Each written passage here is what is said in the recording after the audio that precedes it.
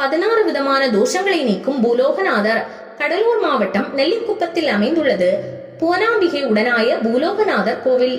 சகல தோஷங்களிலிருந்தும் நிவர்த்தி செய்யும் பரிகார தலமாக இக்கோவில் திகழ்கிறது. இக்கோவில் சுமார் 1000 ஆண்டுகள் பழமை வாய்ந்ததாகும். கங்கை கொண்ட சோழபுரத்தை கட்டிய ராஜேந்திர சோழனால் கட்டப்பட்ட இக்கோவிலை சுற்றி 2 கிலோமீட்டர் தொலைவில் 3 கோவில்கள் அமைந்துள்ளது. பூலோகநாதர் கோவில் 200 ஆண்டுகளுக்கு முன்பு பையாபுரி பரதேசியாரால் புனரமைக்கப்பட்டது.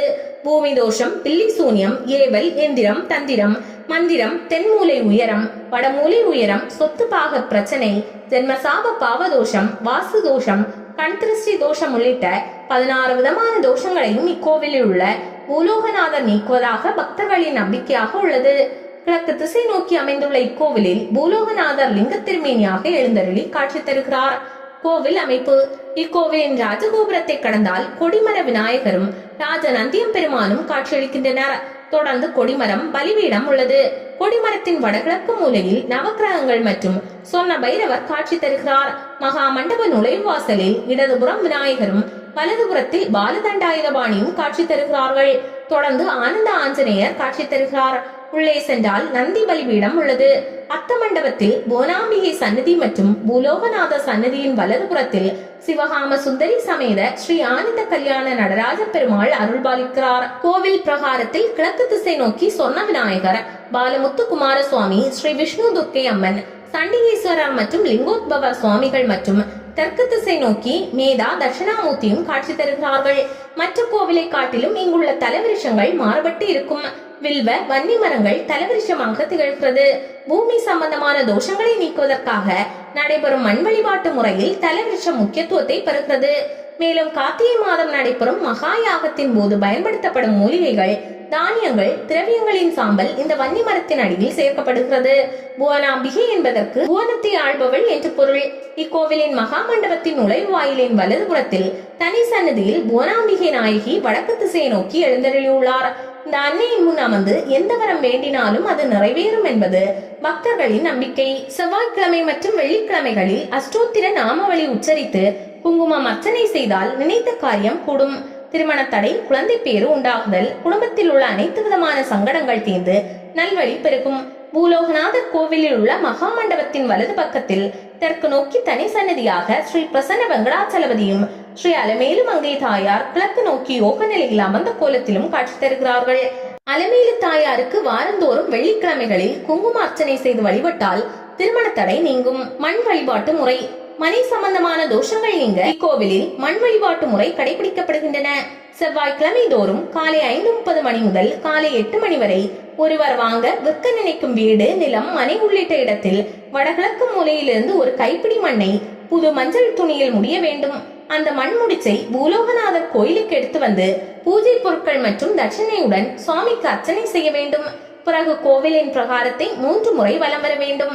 முதல் முறை கோவில் பிரகாரத்தை வலம் வரும்போது பிரம்மா, 2வது முறை வலம் வரும்போது விஷ்ணு, 3வது முறை வலம் வரும்போது சிவனின் அருள் கிடைப்பதாக ஐதீகம். தொடர்ந்து நவக்கிரகங்களை 9 முறை வலம் வந்து தலவிருஷமாக இருக்கும் அன்னி மரத்தை வணங்கி கோவில் அர்ச்சகர்கள் கூறும் பரிகாரத்தை அந்த மனையிலோ அல்லது நிலத்திலோ செய்ய வேண்டும்.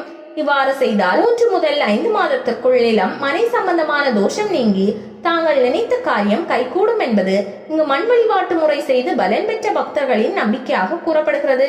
நினைத்த காரியம் நிறைவேறியதும் புவனாம்பிகை உடனுரை பூலோகநாதருக்கு அபிஷேக ஆராதனை செய்து பிரார்த்தனைகளை நிறைவேற்ற வேண்டும். சிறப்பு பூஜைகள்: சொர்ண விநாயகருக்கு மாதந்தோறும் சங்கடகர சதுர்த்தி மற்றும் விநாயகர் சதுர்த்தி விமர்சையாக கொண்டாடப்படுகிறது. முருகருக்கு தேய்பிறை சஷ்டி, கிருத்திகை மற்றும் பங்குனி உத்திரம் சிறப்பாக கொண்டாடப்படுகிறது.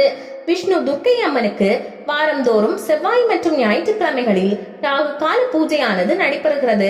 ஆடி மற்றும் பங்குனி மாதம் வருகிற செவ்வாய்க்கிழமைகளில் சந்தன காப்பு அலங்காரம் செய்து வழிபட்டால் திருமண தடை விலகும் என்பது பக்தர்களின் நம்பிக்கை. சொன்ன பைரவருக்கு தேய்பிறை அஷ்டமி மற்றும் அமாவாசை தினங்களில் சிறப்பு பரிகார ஹோமங்கள் மற்றும் பூஜைகள் நடைபெற்று வருகிறது. ராஜநந்திக்கு பிரதோஷம் மற்றும் மாட்டுப் பொங்கல் சிறப்பாக கொண்டாடப்படுகிறது. அலமேலு மங்கை தாயார் சமேத பிரசன்ன வெங்கடாச்சலபதிக்கு புரட்டாசி மாதத்தில் வருகிற சனிக்கிழமைகளில் சிறப்பு ஹோமங்கள் நடைபெறும். மார்கழி மாதத்தில் வரக்கூடிய சொர்க்கவாசல் நிகழ்வானது சிறப்பாக நடைபெறுகிறது. ஆனந்த ஆஞ்சநேயருக்கு மார்கழி மாதத்தில் அனுமன் ஜெயந்தி விழா வெகு விமர்சையாக நடைபெறுகிறது. சனி பெயர்ச்சி, குரு பெயர்ச்சி மற்றும் ராகு கேது பெயர்ச்சியின் போது பரிகார ஹோமங்கள் செய்யப்பட்டு சிறப்பு பூஜைகள் நடைபெறுகிறது. ஆவணி மாதத்தில் திருக்கல்யாண நிகழ்ச்சி ஏகதின உற்சவமாக கொண்டாடப்படுகிறது. இதில் சிவனுக்கும் பெருமாளுக்கும் ஒரே மேடையில் ஒரே நேரத்தில் நடைபெறும் திருக்கல்யாண நிகழ்ச்சி அற்புத காட்சியாக திகழ்கிறது. செவ்வாய்க்கிழமைகளில் காலை 5:30 மணி முதல் 8 மணி வரை பூமி சம்பந்தமான பிரச்சனைகளுக்கு பரிகார பூஜைகள் நடைபெறுகிறது. கார்த்திகை மாதம் அனைத்து திங்கட்கிழமைகளிலும் பூலோகநாதருக்கு சிறப்பு யாகங்கள் நடத்தப்பட்டு 108 சங்காபிஷேகம் நடைபெறுகிறது. ஐப்பசி மாதத்தில் பௌர்ணமி என்ற அன்னாபிஷேகம் வெகு சிறப்பாக நடைபெறுகிறது. நடராஜ பெருமானுக்கு ஆண்டுக்கு 6 அபிஷேகம் நடைபெறுகிறது. இதில் ஆனி திருமஞ்சனமும் ஆருத்ரா தரிசனமும் சிறப்பாக நடைபெறும். அமைவிடம் இக்கோவில் கடலூர் மாவட்டம் நெல்லிக்குப்பத்தில் உள்ள பத்திரப்பதிவு அலுவலகம் அருகில் அமைந்துள்ளது. இக்கோவிலில் தினசரி காலை 7 மணி முதல் 11 மணி வரையிலும் மாலை 5 மணி முதல் இரவு 8 மணி வரையிலும் திறந்திருக்கும். செவ்வாய்க்கிழமை மட்டும் அதிகாலை 5 மணிக்கே பக்தர்களின் தரிசனத்திற்காக திறந்து வைக்கப்பட்டிருக்கும்.